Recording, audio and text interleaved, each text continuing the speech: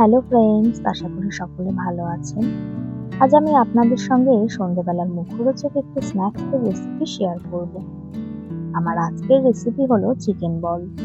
তো আর দেরি না করে চলুন শুরু করে নিই রান্নাটা।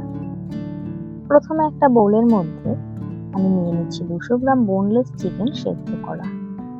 এর মধ্যে দিয়ে দিচ্ছি আলু সেদ্ধ, কাঁচা লঙ্কা কুচি, গ্রেট করা 1 টেবিল চামচ রসুন, 1 চা চামচ আদা, 2 টেবিল চামচ পেঁয়াজ, ধনেপাতা কুচি, স্বাদ মতো নুন এবং অল্প গোলমরিচের গুঁড়ো।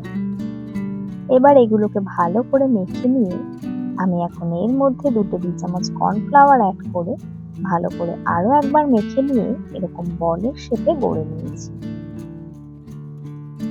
আর এখানে আমি নিয়েছি বিস্কিটের গুঁড়ো। এবার চিকেন বলগুলোকে এক এক করে বিস্কিটের গুঁড়োর মধ্যে কোট করে নেব।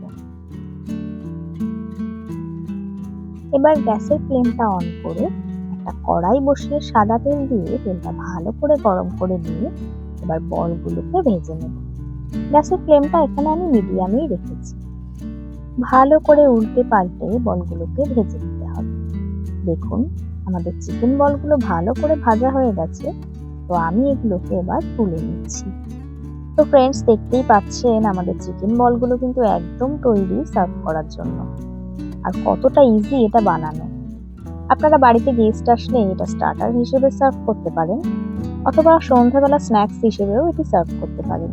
আমি এখানে স্যালাড, টমেটো সস ও কাসুন্দির সাথে এই গরম গরম চিকেন বল সার্ভ করছি। ভিডিওটি ভালো লেগে থাকলে লাইক, শেয়ার ও সাবস্ক্রাইব করে চ্যানেলটির পাশে থাকার অনুরোধ রইল। সকলে ভালো থাকবেন। ফিরে আসবো আবারও অন্য একটি রেসিপি নিয়ে। ধন্যবাদ।